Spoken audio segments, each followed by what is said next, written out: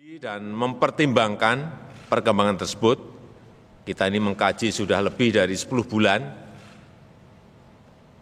dan lewat pertimbangan-pertimbangan yang berdasarkan angka-angka yang ada, maka pada hari ini pemerintah memutuskan untuk mencabut PPKM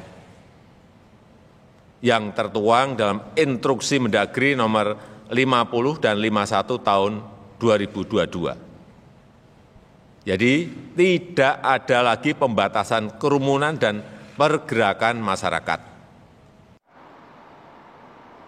Oke, kita ajak untuk mengetahui ya turunan dari arahan dan juga keputusan pemerintah ini. Bersama kami pagi ini sudah ada Dr. Erlina Burhan dan Dr. Diki Budiman. Selamat pagi. Assalamualaikum. Assalamualaikum. Selamat tahun baru 2023. Tahun baru.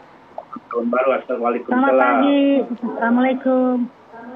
Waalaikumsalam. Saya ke Dr. Erlina Burhan dulu ya. Perlu juga. Dokter spesialis paru yang memahami banget COVID-19 dan di lapangan seperti apa? Dr. Erlina, apa tanggapan dan komentar dokter terkait dengan keputusan pemerintah ini?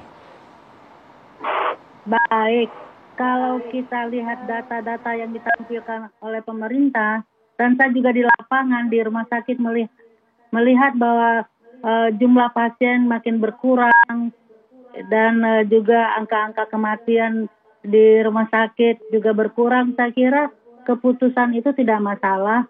Ya, namun perlu diingat bahwa masyarakat itu sering euforia.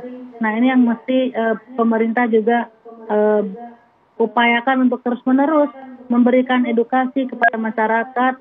Pertama, bahwa pandemi ini sebetulnya belum selesai. Oke, di tempat kita kasusnya menurun, kematian juga menurun, angka rawat juga menurun. Namun perlu diingat bahwa pandemi ini belum selesai. Oleh sebab itu, pemerintah mestilah memastikan bahwa protokol kesehatan itu masih dilaksanakan. Harus difasilitasi hal ini. Dan masyarakat juga harus tetap menjalankan protokol kesehatan. Minimal memakai masker, cuci tangan. Silakan, karena dampak dari PPKM adalah akan ada keramaian di mana-mana, mobilisasi tidak ada batasnya.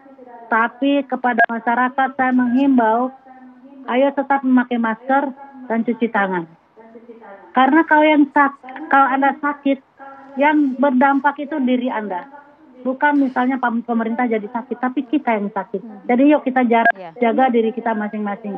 Dan satu hal lagi, ingin saya sampaikan di sini, bahwa sekarang sudah ditemukan varian baru, subvarian baru, yaitu BF7.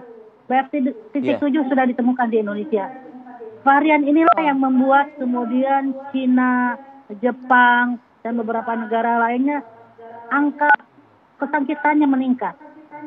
Kita dengar di China ratusan kasus baru, di Jepang juga demikian, dan rumah sakit mereka juga dikatakan cukup sibuk. Nah, ini karena varian baru yaitu BF4, BF7 yang sudah ada di Indonesia, sudah ditemukan. Satu lagi, karakteristik dari BF7 ini adalah satu, sangat mudah menular. Dan sebagian besar kepada orang-orang yang staminanya bagus, itu tidak ada masalah, tidak ada gejala. Nah, ini juga bahaya. Dengan pelonggaran PPKM, kemudian ada satu varian yang menimbulkan kondisi yang tidak ada gejala, orang merasa tidak sakit. Jadi semakin bebas tidak pakai masker. Padahal walaupun tidak ada gejala, tapi penyakit ini tetap menular. Nah, kalau yang ditulari adalah ibu bapaknya, kakek neneknya, atau para lansia yang ada komorbid, yang imunnya turun, kemudian orang-orang yang belum divaksin. Nah, ini akan menimbulkan suatu penyakit yang berat.